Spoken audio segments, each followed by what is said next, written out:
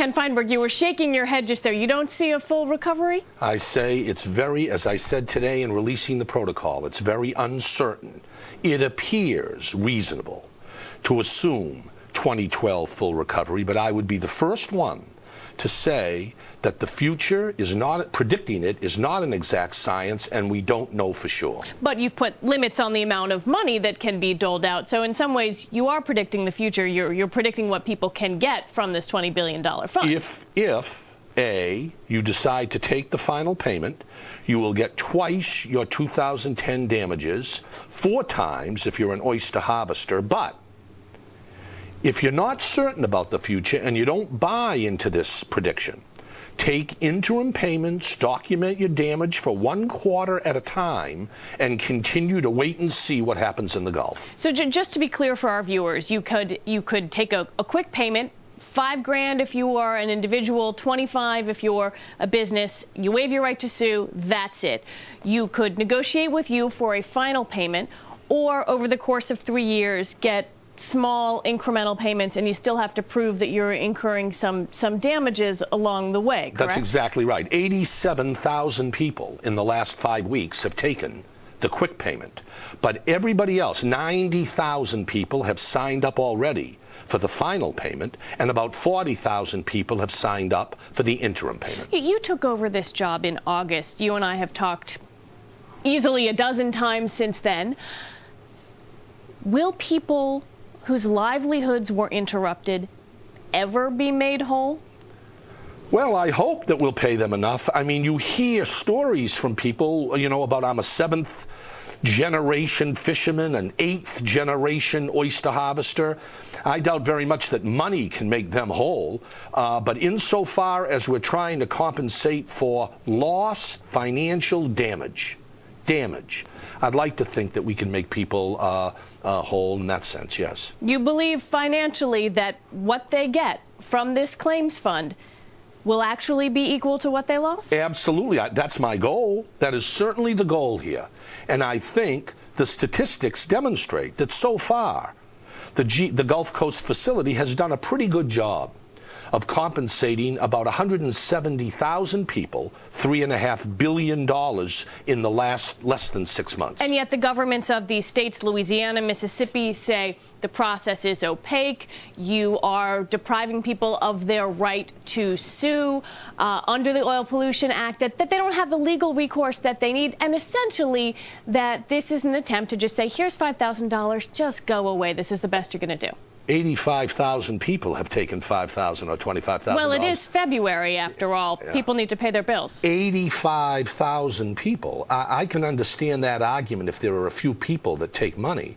When you've got 85,000 people accepting the quick payment, I believe it's either because they've already received compensation that is adequate, whole, or they simply cannot document any additional damage. Those are the 2 reasons, I believe, that 85,000, now 87,000 people have opted for the quick payment.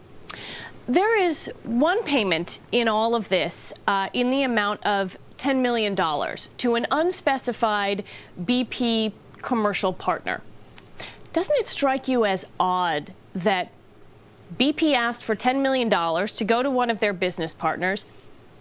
You don't know who it is, and it's the single biggest payment in that $20 billion pot? No, it's not. It's not the single biggest payment, A. B, BP presented me a release, a signed agreement with the business partner, saying that for $10 million, we will settle our claim, and they asked me to pay it out of the $20 billion. I paid it.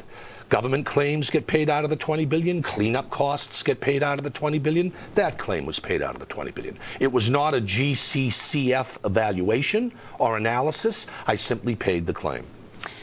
How much harder is this process than you ever thought it would be? That's a good question. It's difficult, and what I've found out is what makes this one particularly difficult. I mean, 9/11 was difficult, Agent Orange, Virginia Tech, those were all difficult. What makes this difficult is the sheer volume of claims. I've received, since August 23rd, 500,000 claims. When you have got that massive degree of claims filings, there are going to be some inconsistencies. There's going to be criticism about lack of transparency. I acknowledge that criticism. I think the governor of Louisiana has voiced concern.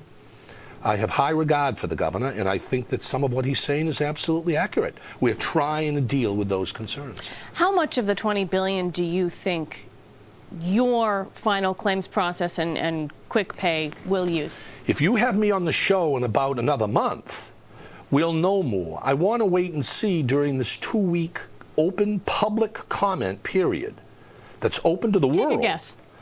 I don't know. I would hope that half the money would be satisfactory to solve the GCCF claims process. Now remember, as you pointed out, then there's government claims, there's cleanup costs. That all comes out of the $20 billion as well. We're wrapping up, but you've got this public comment period for the next 2 weeks. What happens if BP says 4 years for an oysterman to say what he thinks he might need to be compensated? What if they say that's ridiculous, we're not going to pay that? What do you do? I'll take it under advisement. I'll take under advisement any submission from anybody. During this 2-week public comment period, we are posting on our website all of the comments. This is transparency, which is just what I've been asked to promote. Total transparency, let everybody be heard. I'll then look at what everybody says, including BP, if they decide to submit something. I'll consider it. I'll make the call. We'll move forward with this month with final payments, interim payments, and we'll continue with the quick payments. And we'll be 2 months at that point away from the anniversary of the oil spill, which might shock a lot of people who don't live in the Gulf Coast. Ken Feinberg, thank you so much for the time.